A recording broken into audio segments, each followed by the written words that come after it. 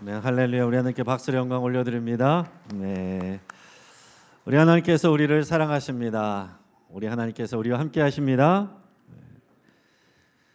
여러분, 오늘 본문을 통해서 천국은 마치라는 제목으로 우리 말씀의 은혜를 같이 나누겠습니다.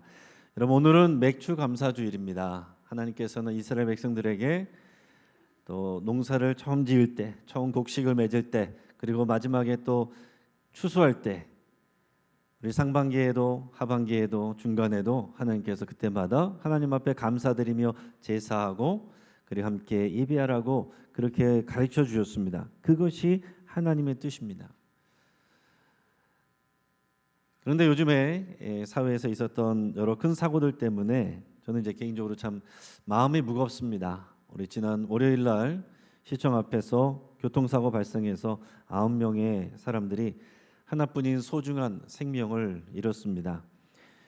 교통사고야 흔한 일이지만 이번 사고가 사람들에게 더 큰 충격이 되는 이유는 이 사고 난 자리가 서울의 중심지이고 또 차도가 아니라 인도이고 평상시에 회사원들이 퇴근하고서 회식하고 헤어지는 너무나도 평범하고 친숙한 그런 자리였기 때문에 그렇습니다.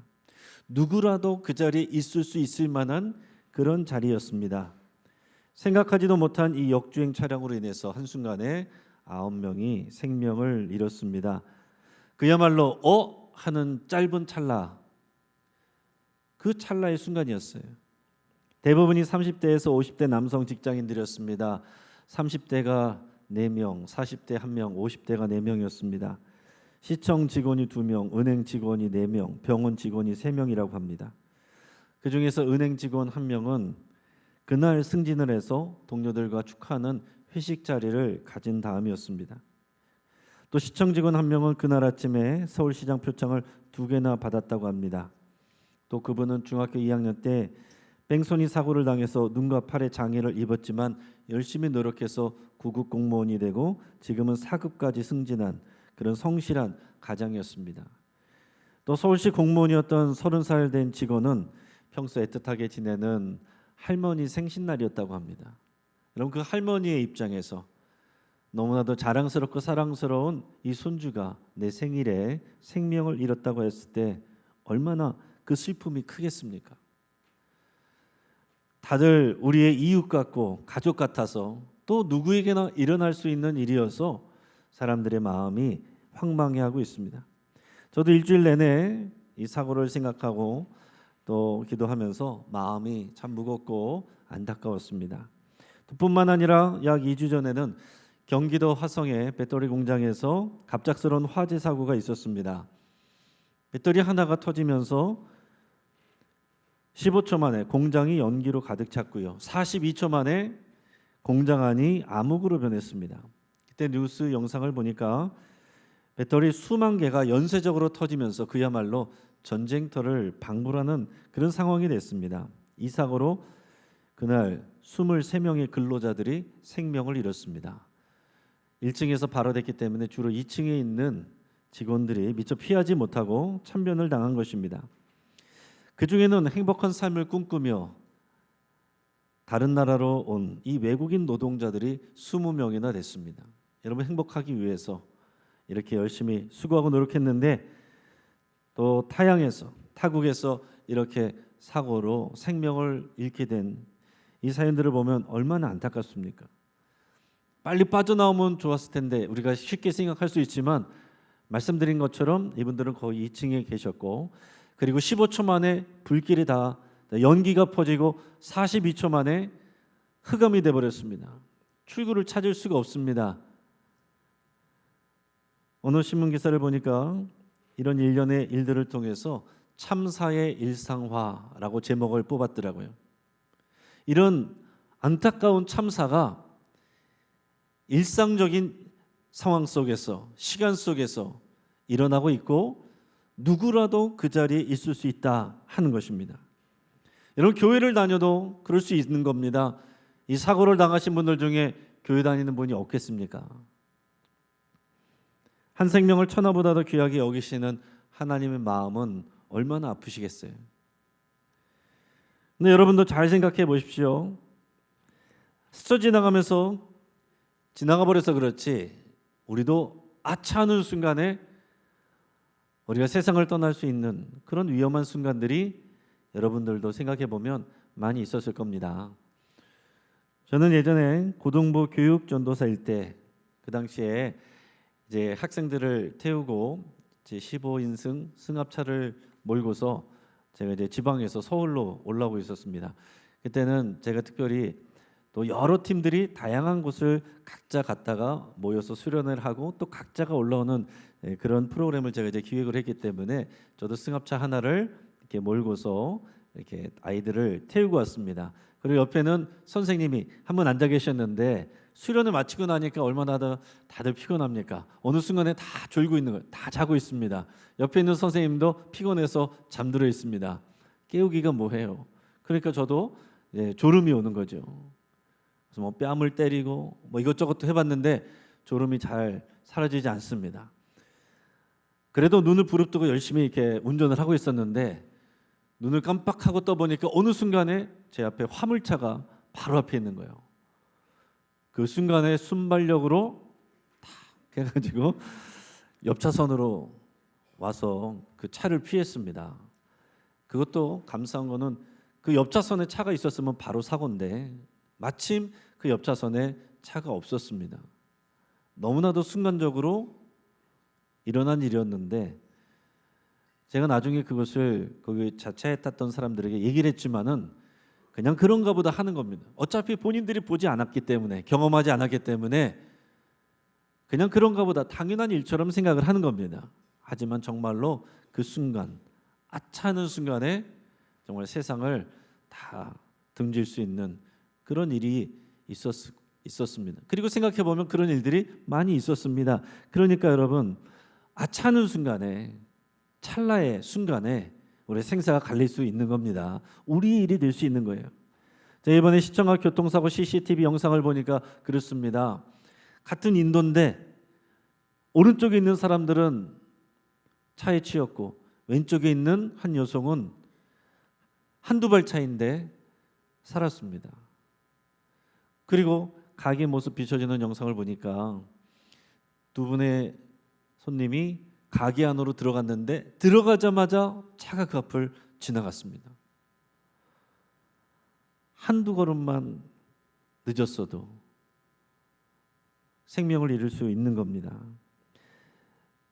여러분 그래서 곰곰이 여러분 생각해 보면 그게 우리일 수 있다는 거예요. 죽음은 항상 우리와 가까이 있습니다. 생각보다도 가까이 있습니다. 하는 순간에 한 걸음에 옆에 죽음이 바로 있다는 것입니다. 생과 사는 정말 동전의 양면과도 같은 것입니다. 생명을 잃으면 다 잃는 겁니다. 여러분 생명을 잃으면 어떻습니까? 회사에서 누구랑 싸우고 안 좋았고 누가 먼저 승진하고 나중되고 무슨 소용이 있어요? 무슨 의미가 있습니까? 생명이 더 중요한 것입니다. 여러분 오늘 이 시간 우리가 누군가는 멍하게 앉아 있을 수 있는 습관처럼 앉아 있을 수 있는 시간이지만 그 누군가에게는 정말로 간절하게 오늘을 함께하고 싶은 소유하고 싶은 그런 시간이다라는 것을 여러분 깊이 생각할 수 있기를 바랍니다. 그런데 우리 육체의 생명보다 더 중요한 것이 있습니다. 더 소중한 것이 있습니다. 그것은 바로 영생입니다. 하나님 나라 천국에서의 영생을 얻는 것, 이것이 이 땅에서 육체의 생명보다 더 귀중한 일입니다.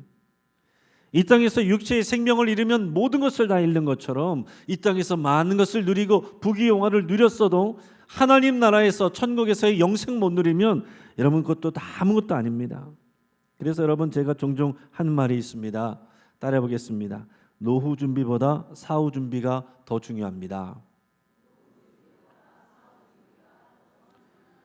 노후 준비하는 분들 많습니다. 또 죽음을 준비하는 분들도 많지만 기껏 하는 것이 수의 준비하고 장례식장 준비하는 거예요. 재산 분할하는 겁니다. 그것은 죽음을 준비하는 것이지 죽음 이후를 준비하는 것이 아닙니다. 여러분 죽음 이후에 생명이 있고 그것을 하나님이 약속하시는데 그걸 준비해야 됩니다. 노후 준비만 하던 부자에게 예수님이 말씀했습니다. 어리석도다. 이날 밤에 하나님께서 그 생명을 취할 줄도 모르고 내일 일만 걱정하고 있구나. 하나님께서 부자를 싫어하시는 게 아닙니다. 부자가 천국에 가기가 어려운 이유는 그 재물의 마음을 쉽게 빼앗기기 때문에 그렇습니다. 하나님께서 재물을 주시죠. 복으로 주시죠. 우리가 부유하기를 원합니다. 그런데 사람이 쉽게 재물의 마음을 빼앗긴단 말이에요. 그래서 재물이 많아지면 마음이 느긋해지고 그러면 천국도 별로 필요 없어요. 여기서가 즐겁습니다. 여기가 천국입니다. 하나님 앞에 간절히 기도하지 않습니다. 내 돈으로 할 수 있거든요. 하나님 앞에 엎드러지지 않습니다. 예수님을 간절히 믿지 않게 됩니다. 다 그렇다는 게 아니에요. 그러기가 쉽다 하는 것이죠. 죽음을 인식하지 않고 준비하지 않은 사람은 진정한 인생을 모르는 사람입니다. 요즘에 웰리빙, 웰다잉 이런 강의들 많이들 듣죠. 이제 요즘엔 같이 많이 합니다. 웰리빙, 잘 사는 건 뭐냐? 웰다잉, 죽음을 잘 준비하는 게 웰리빙의 중요한 조건입니다. 그리스도인은 더 마찬가지. 우리 그리스도인의 신앙은요, 죽음으로부터 시작하는 것입니다. 예수님이 죽음으로 인해서 우리가 구원받았고 부활 영생을 약속받은 겁니다. 예수님을 믿는다는 것은 예수 그리스도와 함께 우리가 죄인된 우리가 십자가에 못 박혀 죽었다는 것을 고백하는 거예요. 이제 우리가 사는 것은 예수 그리스도 안에서 산다는 것을 고백하는 것입니다. 그래서 우리에게 죽음은 전혀 다른 의미입니다. 사람들은 죽음을 두려워하면서 살지만 죽음은 우리에게 전혀 다른 의미가 되는 거예요. 천국으로 가는 여러분 출입구가 되는 것입니다. 이 죽음을 그저 피하려 하지 않고 또 이 죽음을 올바르게 이해할 때 우리도 하나님이 주신 인생을 제대로 살 수 있다 하는 겁니다. 여러분 죽음 이후를 잘 준비하시고 그 죽음 이후 때문에 오늘 현재를 귀하게 살아가실 수 있길 바랍니다. 하나님이 가르쳐 주신 이 하나님 나라 천국은요, 이 영생은 미래적이면서 동시에 현재적입니다. 여러분 이것을 우리가 잘 알아야 돼요. 하나님의 나라는 이미 예수님이 가져오셨습니다.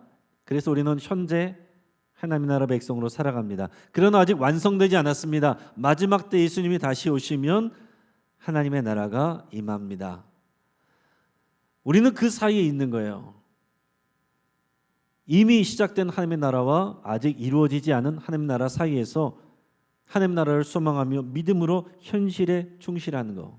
여러분 이것이 우리 그리스도인의 삶입니다. 현실의 삶은 있고 미래만 바라보는 것도 아니고요. 미래는 생각하지 않고 현실의 삶만 가지고서 전전긍긍하는 것도 믿음이 아닙니다. 미래적인 하나님의 나라를 소망하기 때문에 오늘을 믿음으로 살아가는 사람, 그게 그리스도인이에요. 그게 믿음의 삶입니다. 예수님은 그래서 하나님의 나라를 가져오셨고 하나님 나라 이야기를 많이 하셨습니다. 마태복음 13장에는 하나님 나라 비유 이야기가 모여 있어요. 오늘 본문의 44절에서 46절까지 말씀을 같이 읽어보겠습니다.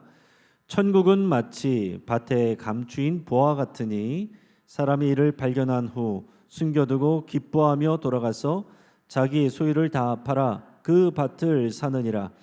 또 천국은 마치 좋은 진주를 구하는 장사와 같으니 극히 값진 진주 하나를 발견하매 가서 자기의 소유를 다 팔아 그 진주를 사느니라. 아멘. 자, 천국은 마치 감추인 보화 같대요.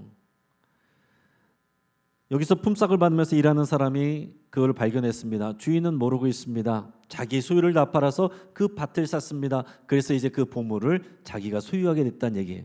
옛날에는 은행이 제대로 없기 때문에 보물을 땅에다가 숨겨놓는 일이 많았는데 전쟁이 나거나 이 주인에게 무슨 일이 생기거나 시간이 지나고 나면은 아무도 그거를 모르는, 주인이 없는 그런 보물이 있을 수 있는 겁니다. 그러다가 그 땅을 누군가 사게 되고 주인이 되었는데 그 주인은 땅에 보물이 맺혀 있는지를 모릅니다. 근데 품삯을 받고 와서 일하는 사람이 파다가 보니까 보물을 발견했습니다. 이 사람 것도 아니고 주인 것도 아니에요. 근데 그냥 가져가면 도둑으로 몰릴 수 있습니다. 그래서 자기의 소유를 다 팔아서 그 밭을 사고 정식으로 그 보물을 소유하게 됐다 하는 겁니다. 또 천국은 마치 값진 진주를 찾는 장사와 같다라고 그랬습니다. 그러면 이 사람은 어떻겠습니까? 눈에 불을 켜고 값진 진주를 찾아다니는 겁니다. 근데 어떤 사람이 진주를 갖고 있는데 진주의 가치를 몰라요. 그렇게 좋은 건지를 잘 모릅니다. 그래도 자기 소유를 다 팔아서 많은 값을 주고 샀습니다. 그럼에도 불구하고 그 소유보다 더 귀한 값진 진주이기 때문에 이 사람은 그 값진 진주를 기쁘게 소유하게 되었다 하는 겁니다. 하나님의 나라가 이렇다는 거예요. 그게 뭐가 어떻다는 겁니까? 제가 그 교훈을 같이 나누겠습니다. 우리 같이 읽겠습니다. 첫째, 하나님의 나라는 감추어져 있습니다. 여러분, 하나님의 나라는 감춰져 있다는 게 오늘 이 말씀의 핵심이에요. 하나님의 나라는 감춰져 있습니다. 그 밭주인이 그 보물을 못 봅니다. 진주 조개를 갖고 있는 사람이 그 진주의 가치를 못 알아봅니다. 하나님 나라의 천국은 그 가치를 사람들이 다 보는 게 아니에요. 감춰져 있다라고 그랬습니다. 보아도 보지 못하고 들어도 듣지 못합니다. 하나님께서 왜 그러셨을까요? 겸손하게 믿음으로 나오는 사람만 그것을 소유할 수 있게 하신 겁니다. 그 당시 예수님이 이 땅에 오셨습니다. 하나님의 나라를 가져오셨습니다. 하나님 나라 복음을 전하시는데 율법을 알고 율법을 배우고 나는 다 안다 하는 바리새인들, 서기관들, 많은 유대인들을 교만했습니다. 예수님 말씀을 귀담아 듣지 않습니다. 예수님이 하신 기적을 보면서도 자꾸 비판했습니다. 예수님이 죄인들과 함께 그 복음을 생명을 나눴는데도 비난했습니다. 그들은 보아도 보지 못하고 들어도 듣지 못해 천국을 소망하지 않습니다. 그래서 그들은 그 보아를 소유하지 못하는 겁니다. 그런데 그 당시 죄인인 세리와 창기들, 그들은 겸손하게 단순하게 예수님의 말씀을 믿었습니다. 예수님을 섬겼습니다. 그들이 그 천국의 주인이 되는 거예요. 그들이 소유하게 되는 것입니다. 나중에는 자격 없다고 생각했던 이방인들이 단순하게 믿고 그들이 그 천국을 소유하게 됩니다. 안 믿는 사람들, 교만한 사람들에게는 보이지 않아요. 들리지 않습니다. 여러분, 지금도 그렇습니다. 아무리 공부를 많이 한 학자들이어도, 과학자들이어도, 정치인들, 권력자들, 부자들이어도요, 믿음 없으면 하나님 나라를 소유할 수 없습니다.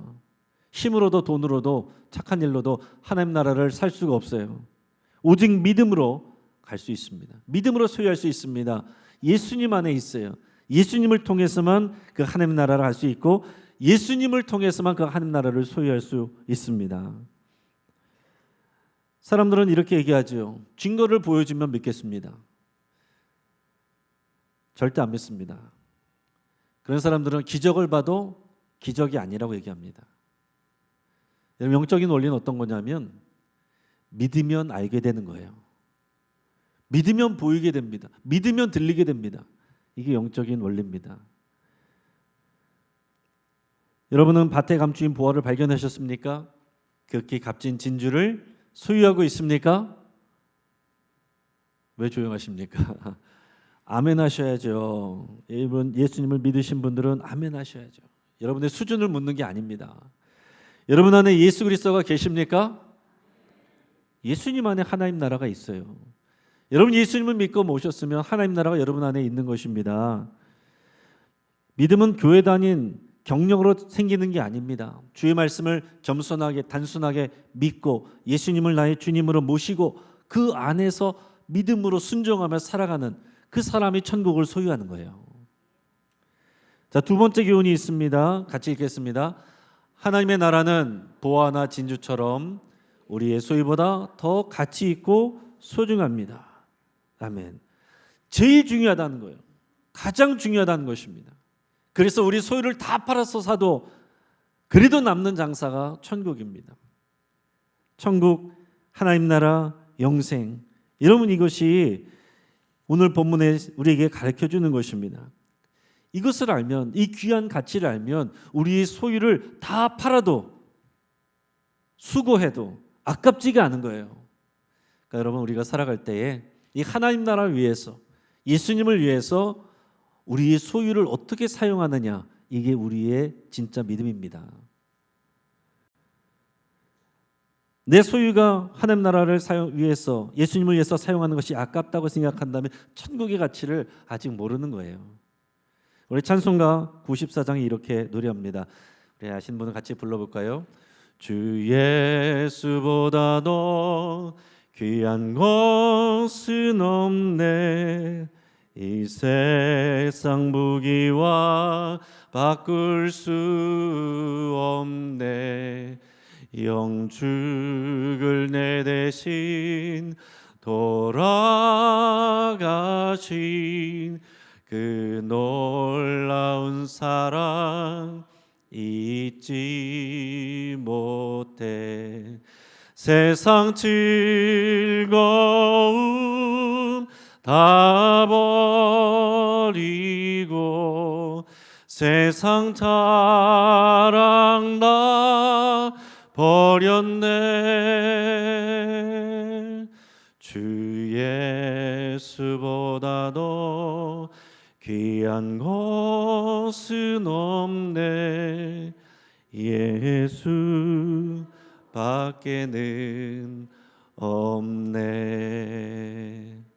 아멘. 여러분, 이것이 여러분의 고백이 되기를 바랍니다. 여러분, 이 찬송가를 지은 조지 쉬야라는 분이 있습니다. 이분은 노래를 너무 잘해서 중저음 바리톤 목소리였대요. 임영웅 목소리랑 비슷하려나요? 여러 라디오에서 계약하자고 그랬지만은 나는 내 재능을, 하나님 주신 재능을 하나님 영광 위해서 쓰겠습니다. 이렇게 결정하고 빌리 그레엄 목사님과 함께 전도 여행을 다녔습니다. 그래서 설교 후에 이 멋진 목소리로 이 찬송을 부릅니다. 그럼 감동을 받은 회중들이 박수갈채를 칩니다. 그럼 이분이 이렇게 얘기를 하는 거예요. 여러분, 진심으로 감사합니다. 그러나 저는 여러분의 뜨거운 이 박수갈채도 예수님과 바꿀 수는 없습니다. 이렇게 고백을 했다 그럽니다. 여러분, 이것이 우리의 고백이 되어야 됩니다. 근데 제가 말씀을 준비할 때, 이 말씀을 나눌 때 은혜가 되는 분도 있지만 압박감이 오는 분이, 또 죄책감이 드는 분이 있을 수도 있겠다 생각이 듭니다. 저는 아직 세상 즐거움이 더 좋아요. 세상 자랑이 너무 필요합니다. 나는 너무 부족합니다. 자격이 없는 것 같아. 그래서 눌리는 분이 있을 수도 있을 것 같습니다. 그러나 괜찮습니다. 저도 그럴 때가 있어요. 저도 어떻게 안 그러겠습니까?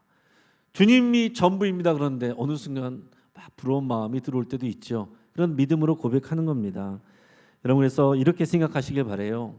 내가 이것을 세상 즐거움과 자랑을 아직도 사랑하고 있으니 내가 너무 부끄럽다. 이렇게만 생각하지 마시고 내 안에 이미 주신 예수 그리스도 안에 있는 천국은, 하나님 나라 생명, 영생은, 내가 소유한 것, 이미 소유한 이 영생은 내가 아는 것보다 훨씬 더 귀하고 좋은 것이다. 여러분, 이것을 알아가면 알아갈수록 우리는 더 좋은 거예요. 은혜 받을 일만 남은 것입니다. 여러분에서 따라하겠습니다. 나는 이미 수지 맞았다. 나는 이미 대박 났다. 여러분, 이 믿음으로, 고백으로 사시길 바랍니다. 그럼 누군가는 이렇게 말할 수 있어요. 난 그래도 천국 필요 없습니다. 이 땅에서 잘 되는 게 필요합니다. 틀린 생각입니다. 오늘 본문 47절에서 50절 같이 읽겠습니다. 또 천국은 마치 바다에 치고 각종 물고기를 모으는 그물과 같으니 그물에 가득함에 물가로 끌어내고 앉아서 좋은 것은 그릇에 담고 못된 것은 내버리느니라. 세상 끝에도 이러하리라. 천사들이 와서 의인 중에서 악인을 갈라내어 불못불에 던져 넣으리니 거기서 울며 이를 갈리라. 아멘. 자, 하나님 나라 천국은 마치 바다에 그물을 치고 모든 고기들을 모으는 것과 같대요. 그래서 그 그물 안에는 좋은 고기도 있고 나쁜 고기도 있습니다. 나중에 어부가 육지로 올라와서 갈라냅니다. 좋은 물고기는 바구니에 담고 나쁜 물고기는 풀무불에 던져버린대요. 자, 이것은 마지막 때에 있을 그리스도의 심판을 의미합니다. 예수님이 처음에는 아무도 모르게 아기의 모습으로 오셨지만 다시 오실 때는 모든 사람이 알 수 있는 심판주로 오십니다. 그래서 모든 사람을 의인과 악인으로 가르신다라고 그랬어요. 의인은 하늘의 영생과 영광을 받고 악인은 풀무불 같은 곳으로 던져진다는 거예요. 여기에 하나님 나라에 대한 세 번째 교훈이 있는 겁니다. 우리 세 번째 같이 있습니다. 하나님의 나라는 있어도 그만, 없어도 그만이 아닙니다. 아멘. 없으면 망하는 거예요. 없으면 끝장나는 것입니다. 천국 영생은 우리 삶에 플러스되는 부분이 아닙니다. 이것이 전부예요. 이것이 우리의 목적이고 목표입니다. 이 땅에 많은 소유를 다 합쳐도 살 수 없는 것입니다. 대체될 수 없는 것입니다. 10원 하나라도 여러분 죽음 이후에 가져갈 수 있는 사람이 누가 있습니까? 여러분 죽음 이후에 우리가 어디로 어디에서 어떤 모습으로 어떻게 될지 자신하고 있는 사람 누가 있습니까? 죽음 이유는 우리가 아무도 잘 몰라요. 그러나 성경이 말씀하시기를 예수님이 재판장 되시고 또한 예수님이 우리를 사랑하시고 천국 문으로 인도하시고 친히 길이 되어 주신다라고 그랬습니다. 우리 수준으로 의인이라고 평가받을 수가 없어요. 저도 죄인이고 여러분도 죄인입니다. 그러나 우리 안에 모신 예수 그리스도 때문에 우리가 의인으로 판결을 받고 아름다운 하나님 나라 들어가는 거지요. 여러분은 지금 당장 주님이 오신다고 하면 천국에 들어갈 준비가 되어 있습니까? 자신이 있습니까? 저는 확신이 있습니다. 자신이 있습니다. 그것은 제가 목사기 때문에 그런 게 아니에요. 교회 오래 다녔기 때문에 그런 것이 아닙니다. 제가 남들보다 더 착하거나 선하기 때문에 그런 것이 아닙니다. 오직 내 안에 계신 예수 그리스도 이름 때문에 그런 거예요. 제가 목회를 하는 것도 예수님 때문입니다. 지금 여러분들 가운데 제 스타일하고 안 맞는 분이 있을 수도 있죠. 저도 취향이 있는데 어떻게 여러분들이 다 제 스타일이 될 수가 있겠어요. 제 스타일에 맞는 사람도 있고 아닌 사람도 있겠지만 그러나 저는 여러분들을 다 사랑할 것입니다. 왜요? 예수님 때문에. 여러분들 중에는 저에게 잘해주시는 분이 있고 저를 실망시키거나 또 아프게 하는 분이 있을 수도 있습니다. 그럼에도 불구하고 저는 여러분들 끝까지 사랑하고 섬길 작정입니다. 왜 그렇습니까? 예수 그리스도 때문에 그래요. 제 수준 때문에 그렇게 하는 것이 아닙니다. 나를 힘들게 하는 분들은 저를 성장하고 성숙하게 하는 하나님이 주신 또 귀한 성장의 도구입니다. 또 저에게 잘해주신 분들은 저를 위로하시는 하나님의 선물이고요. 예수 그리스도 안에서 하나도 버릴 것이 없는 겁니다. 여러분 이제 말씀을 정리합니다. 사랑하는 여러분, 하나님 나라 가치를 발견하면 확신하면 모든 것이 감사 제목이 됩니다.